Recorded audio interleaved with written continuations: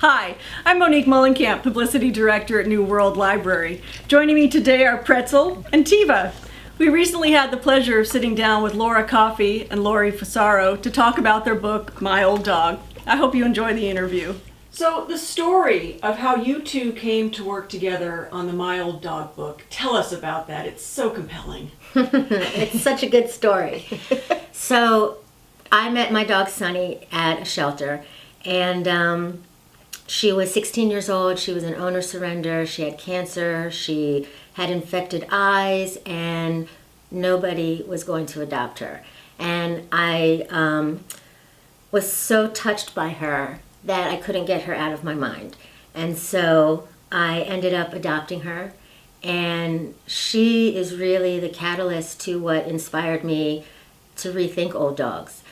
Before I was like most people, oh, it's too sad, they won't have that much time to live, and it will be horrible. But she so completely changed my ideas about old dogs that I wanted to share that with other people. And so I started a Silver Hearts project to take photographs of these beautiful old dogs so that people could see the love and the joy that I found in Sunny. And then Laura saw that. Yeah, exactly. I found Lori and Lori's beautiful senior dog photographs online. And then in my job as a writer and editor for Today.com, I thought this could potentially be a nice feature story. So I contacted Lori and we talked on the phone and hit it off. And I could tell that Lori was very genuine and these photos were so beautiful and what she was trying to do was so real. Trying to change people's perceptions of older shelter animals, maybe make them consider how wonderful it could be to let an older animal into their lives. And so I thought, well, why don't I do a little feature story on Lori? And we did. We ran a story on Today.com in the summer of 2013. And that story ran with a photo gallery of Lori's photos, and it just blew up. It went viral in very unexpected ways. It traveled all over the world, and it really resonated with people. Because it was rooted in compassion and kindness, and it touched people's hearts and made them realize that this is a really wonderful thing to do for animals, and they responded very well to it. And where did the story go? It went all over. It was Malaysia, Germany, all over the United States, Canada, Brazil. And the amazing thing was that people saw it and they fell in love with Sunny just like I did. Yeah. And they would email me, how's Sunny doing? And if, I didn't post on Facebook for a few days, they would be like, oh, is she okay? And so many people emailed us saying, I never thought of an old dog, but now I'm fostering an old dog. And, now I'm adopting an old dog. And oh my gosh, Sunny has made my views change, which is exactly what I wanted, because the sadness, the joy completely outweighs the sadness. And people, I think, don't realize that. They focus too much on the, oh my gosh, it's an old dog. Oh my gosh, what if this happens? What if that happens? And they forget that no matter how long you have a dog, it could be 6 months or 10 years, the love is the same. So it's all about the love, and being able to give a dog that would otherwise be put down at the shelter a new lease on life has been just amazing, totally amazing. And another really wonderful outgrowth of all this, of course, the story went crazy and we stayed in touch, and then it all worked out to where it became clear we were going to work on a book together. We were really going to take the plunge and do this thing. But we had never met in person before. so we're all of a sudden, before we know it, in 2014, we're flying. I live in Seattle and Lori lives in LA, and we fly to New York City and we meet in person for the first time. And it's like, I really hope we get along. I really hope we like each other, and we meet and hug and rent a car and go on an 8-day road trip together. Yeah, 8 days in a car traveling from New York City train trips to Maine. And all over New England. And I'm meeting these amazing people who had taken in older dogs for different reasons, all different walks of life, all different demographics, different income levels, different backgrounds. But the common thread was that they had taken in an older pet, and it made their lives so much better. And everyone said it. The same reaction Lori had when she took in Sunny. People were it was a life-changing experience for them, and it's a very meaningful kind of adoption, and it changes people's lives, and it's very powerful. and we got to do this, and that was our first of several trips. We traveled all over the country together, getting these stories, and it has just been, it's been an incredible privilege, and to meet these people. And so the book ends up, showcasing these fabulous dogs, these beautiful, beautiful dogs with Lori's photos and everything. But the people are so amazing too. You just want to hug them all because they were willing to do something so kind, and they didn't really expect anything big in return. And yet, look what they get in return. It makes their lives exponentially better. It pays these huge dividends in their lives and makes their lives more meaningful. Yeah. And that's really amazing too, because when you're in the thick of the day-to-day of going to the shelters and seeing these animals, you don't realize that there are other people out there doing the same thing. So meeting these people and hearing their stories, it's kind of like a fraternity, a sorority. Yeah. Like it's, wow, we're all doing the same thing and we didn't even know it, and now we do. Right. And we can share these stories with even more people so that more people are inspired to take that plunge and just love an old dog.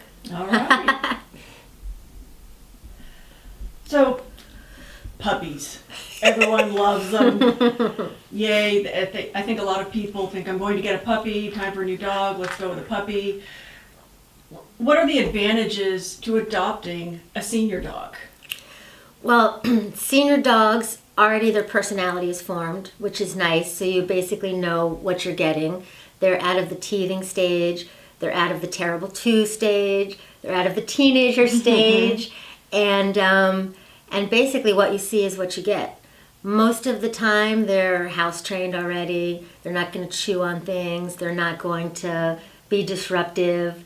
You have a funny story about Manny when Manny was a puppy. Oh boy, see, so I have had a puppy, and I learned from experience like how and I love this dog, and no judgment against people who love puppies. Of course you love puppies, but all animals are wonderful and fantastic and great.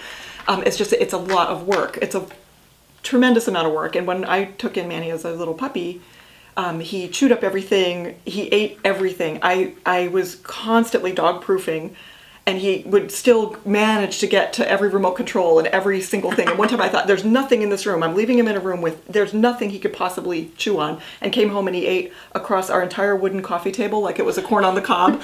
And I mean, just wood was missing. It was just gone. And I couldn't believe it. And we had this bumper crop of heirloom tomatoes growing in our garden.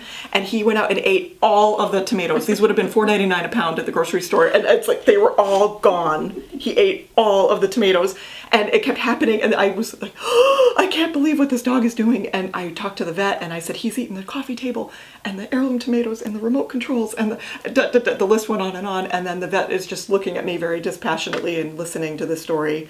And he said, you're going to have a really great dog in 5 to 7 years. And I said, 5 to 7 years? Like, I couldn't even comprehend it. And what do you know? This is the age for this book. Now, Lori did something really special, taking in a 16-year-old dog. 16. That's a pretty, one of the more, ancient and extreme examples in the book. But veterinarians consider dogs, large breed dogs, to be senior at age 6, and small breed dogs to be senior at age 7. So, taking in a dog at 6 or 7, it's like you get to jump right ahead to the best part, to the greatest part. You get to take in this pet that's really ready to go. And all they want to do is, and it doesn't mean that they're not going to have any energy and a lot of, vim and vigor and want to have fun and play, because you still have that too. It's just that they're at a point where they just love being with you. They're focused on you. They're happy to be with you. And it's a fantastic phase of life. And they are calmer and more mellow, and they just want to be your buddy. And so for people to do that, and anyone who's had a dog, and you know how the sweetness factor tends to crank up with age, and you see the little gray fur starting, and you're like, oh, look at this wonderful animal. And they you could go right to that point and then have them be so relaxed and feel welcome and comfortable and safe with you, and that's a really wonderful feeling. That makes it a really meaningful thing to do too. So senior dogs have really come into the limelight as of late, and I'm wondering if you can tell us about some of the shelters that are specifically geared towards helping senior dogs. The book is actually, our My Old Dog book is actually very special because it sums up this big movement that's actually happening all across North America and around the world. It's a movement that literally didn't exist 10 years ago. And now you're absolutely right. There are so many innovative and special efforts underway to help senior animals specifically. And our resource guide in the back of the book has a state-by-state listing of all the senior-specific rescue groups that are doing great things. And these programs are special because they can take away some of the fear people may have, the concerns, valid concerns people may have about taking in an older pet. What about veterinary expenses? What about, that's big. A lot of people would naturally worry about that and wonder about that. And now there are these programs, some are rescue groups and some are done through shelters, where you can take in the pet as a permanent foster, and a permanent foster arrangement where you're going to care for that pet for the rest of its life. But either the shelter or the rescue group will pay for all the veterinary costs until the very end. So you don't have that stress of worrying about vet bills, but the dog has a safe, welcoming, happy place to go. And so everybody wins. And that's really, really special. And that's innovative and different. And that's taking off all across the United States.